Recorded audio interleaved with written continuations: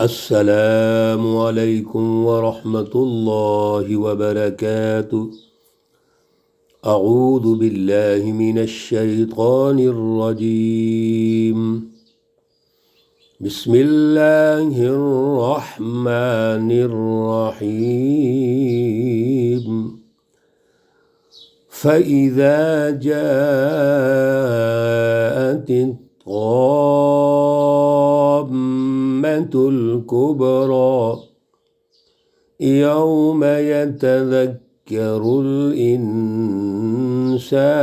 مَا سَعَى وَبُرِّزَتِ الْجَحِيمُ لِمَنْ يَرَى فَأَمَّا مَنْ طَغَى۔ صدق اللہ العلی العظیم۔ اللہم صلی علی سیدنا و مولانا محمد النبی الامی وعلی آلہ واصحابہ وبارک وسلم وصلی علیہ۔ معزز سامعین و سامعات، پارہ نمبر 30 سورۃ النازعات، آیات مقدسہ 34 تا 41 ہیں۔ اللہ رب العزت ان آیات کا فہم اور شعور عطا فرمائیں اور عمل کی توفیق اور صلاحیت عطا فرمائیں۔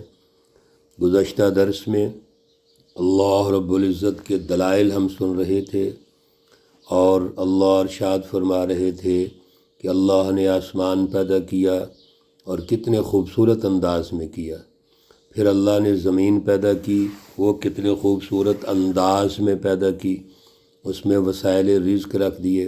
اللہ نے پہاڑ پیدا کیے۔ یہ سارا کچھ پیدا کرنے کے بعد اللہ نے ارشاد فرما دیا، بڑا اہم یہ جملہ ہے جو ہمیں سماجی سطح پہ سمجھنا چاہیے، متاع لکم ولانعامکم، کہ یہ سب کچھ میرا ہے، اللہ کا ہے اور انسانوں کا ہے، سارے انسانوں کا ہے۔ اگر آپ اپنے ملک کے اعتبار سے لیں گے تو متاع لکم، کم ضمیر سب کے لیے ہے۔ اگر کسی خطے کے اعتبار سے لوگے، کسی بر اعظم کے اعتبار سے لوگے، پوری انسانیت کے اعتبار سے لوگے تو یہ جمع کی ضمیر ہے اور سب کے لیے ہے، یہاں کوئی تخصیص نہیں ہے۔ تو جہاں جہاں اللہ کے وسائل پیدا ہوتے ہیں وہ سب کے لیے ہیں اور پھر سارے چوپایوں کے لیے ہیں، یعنی جو اللہ کی مخلوقات جتنی بھی ہیں، وہ انسان ہے، انسان بھی حیوان ناطق ہے اور دیگر حیوانات ہیں، تمام حیوانات، تمام مخلوقات کے لیے سب کچھ سب کے لیے ہے۔ میرے عزیزو، یہ فلسفی سمجھیے، آج ایک مخصوص طبقہ اللہ کے وسائل پر قابض ہو کر ڈاکہ زنی ڈال کے وہ یہ سمجھتا ہے ہم سب کچھ ہے۔ یہ تو فرعونی سوچ ہے جو پیچھے درس میں آپ نے سنی ہے۔ وہ کہتے ہیں اپنے آپ کو میں خدا ہوں۔ میرے عزیزو، خدا ایک ہے، دنیا کے اندر ایک ہی خدا ہے جس نے آسمانوں کو پیدا کیا، جس نے زمین پیدا کی، جس نے وسائل رکھے ہوئے ہیں۔ آج یہ ساری گفتگو کرنے کے بعد اللہ رب العزت بڑا اہم ہمیں الرٹ کر رہے ہیں، اور دو ٹھکانے، دو جو ہمارے ٹارگٹ ہیں انسانوں کے، اللہ اس کو ارشاد فرما رہے ہیں۔ ایک ٹھکانہ جہنم ہے، انسان اگر اللہ کی رہنمائی پہ نہیں چلیں گے تو وہ جہنم کی طرف جائیں گے۔ دوسرا ٹھکانہ جنت ہے۔ تو یہ جنت اور جہنم کا میرٹ کیا ہے وہ پیچھے بھی ہم توجہ سے سن چکے ہیں کہ اس کا میرٹ وہ محنت، کوشش اور جد و جہد ہے۔ سب سے پہلے فکر، فلسفہ، پھر اس کے بعد عملی جد و جہد۔ اس لیے اللہ رب العزت ارشاد فرماتے ہیں، توجہ کیجئے، فَإِذَا جَاءَتِ الطَّامَّةُ الْكُبْرَى، پھر جب آئے گا وہ بڑا ہنگامہ، قامۃ الکبریٰ، بڑی قیامت، بین الاقوامی انقلاب، جب پوری دنیا میں اللہ کا دین غالب ہوگا تو اللہ کی رہنمائی غالب ہو جائے گی اور دنیا جنت بن جائے گی، اور یہی وہ سچی جماعت ہے جس کو آخرت کی جنت ملے گی۔ لیکن اگر پوری دنیا کے اندر ظلم کا نظام قائم ہے، جیسے آج پوری دنیا کو عالمی سامراج نے یرغمال بنایا ہوا ہے، عالمی طاغوتی نظام غالب ہے ورلڈ لیول پہ، تو پھر کیا ہوگا؟ وہ دنیا جہنم بن جائے گی۔ آج دنیا میں بیماریاں وہی پیدا کر رہے ہیں، مہنگائی وہی پیدا کر رہے ہیں، انسانیت کے لوٹ کھسوٹ کا نظام وہی بنا رہے ہیں، اور اللہ کے مقابلے پہ ہے اس وقت آج کے فرعون، آج کے نمرود، آج کے طاغوت۔ یہ ظالم بین الاقوامی مافیا ہے میرے عزیزو، اور ہمارا جو مافیا ہے قومی، یہ اس کی ایجنٹی کا کردار ادا کرتا ہے۔ انہوں نے ٹھیکے پہ دے دیا ملک کو، بیچ دیا ملک کو، اور ہم ان کو اپنا محسن کہتے ہیں۔ کیسے محسن ہیں یہ تو آج کے دور کے فرعون ہیں، کوئی قومی فرعون ہے، کوئی بین الاقوامی ہے۔ تو جب اللہ رب العزت فرماتے ہیں یہ وہ بڑا ہنگامہ ہوگا، یعنی قیامت آ جائے گی، پھر یوم یتذکر الانسان، جس دن کے یاد کرے گا آدمی ما سعی، جو اس نے کمایا۔ وہ جب ہنگامہ ہوگا، قیامت آئے گی، تو اس دن یوم الدین ہوگا، اور جو کمایا ہے اس کا حساب کتاب ہوگا۔ وَبُرِّزَتِ الْجَحِيمُ لِمَنْ يَرَى، اور نکال ظاہر کرے گا دوزخ کو، لمن یرا، جو اس کو دیکھنا چاہتا ہے دیکھے۔ دوزخ کا وہ پورا سسٹم سامنے ہو جائے گا، کوئی رکاوٹ نہیں ہوگی، آنکھوں سے دیکھ لیں گے۔ دنیا میں تو مانتے نہیں تھے کہ جہنم ہوگی، دوزخ ہوگی، اللہ کا عذاب ہوگا۔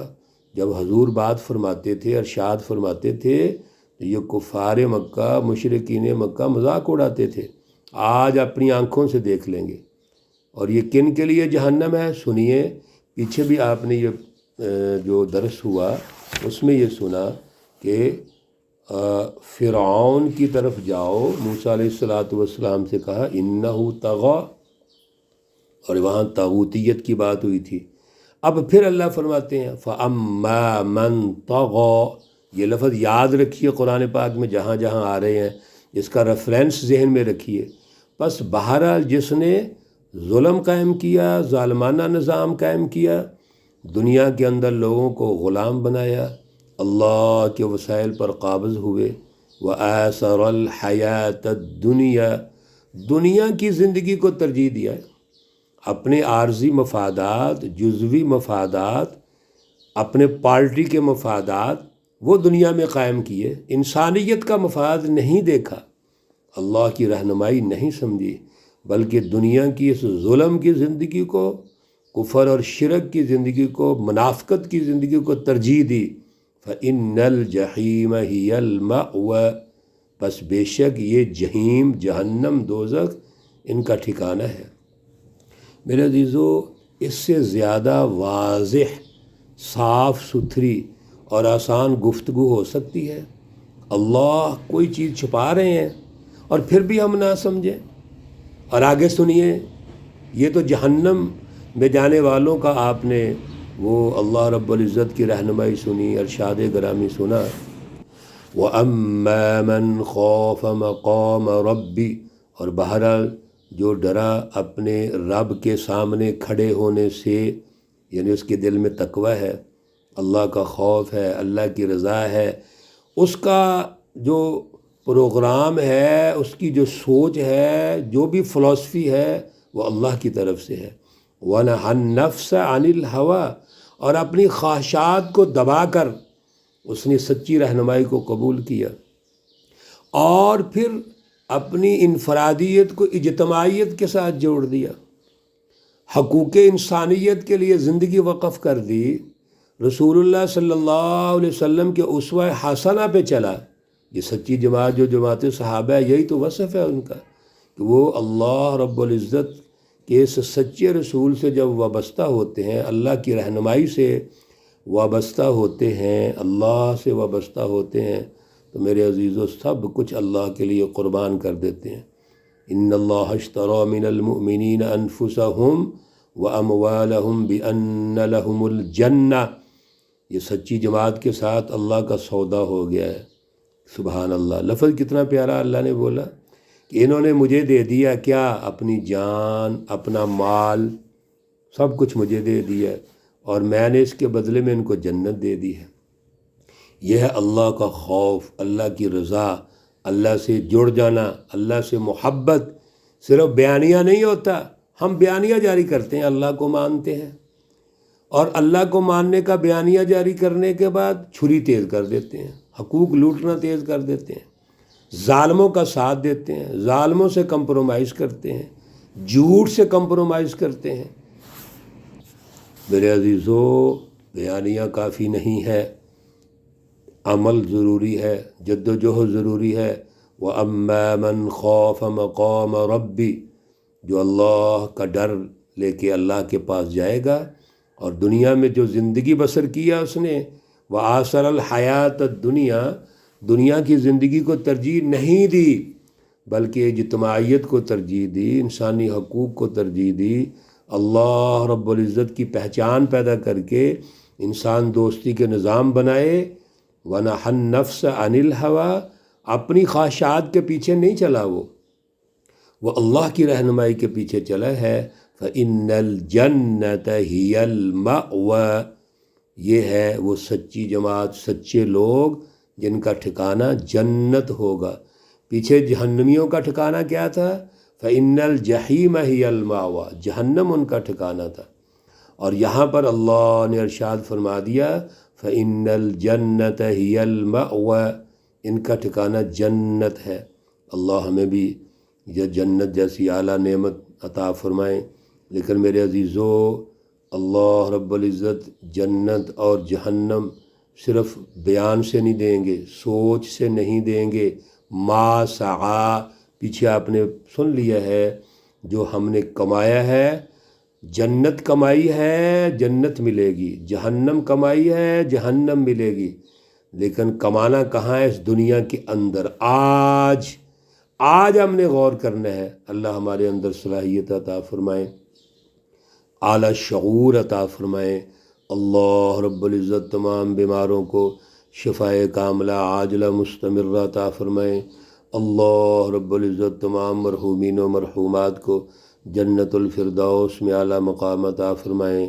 ربنا تقبل منا انك انت السميع العليم وتب علينا انك انت التواب الرحيم، وصلى الله تعالى على النبي الأمي محمد وعلى آله وأصحابه أجمعين برحمتك يا أرحم الراحمين۔ السلام عليكم ورحمة الله وبركاته۔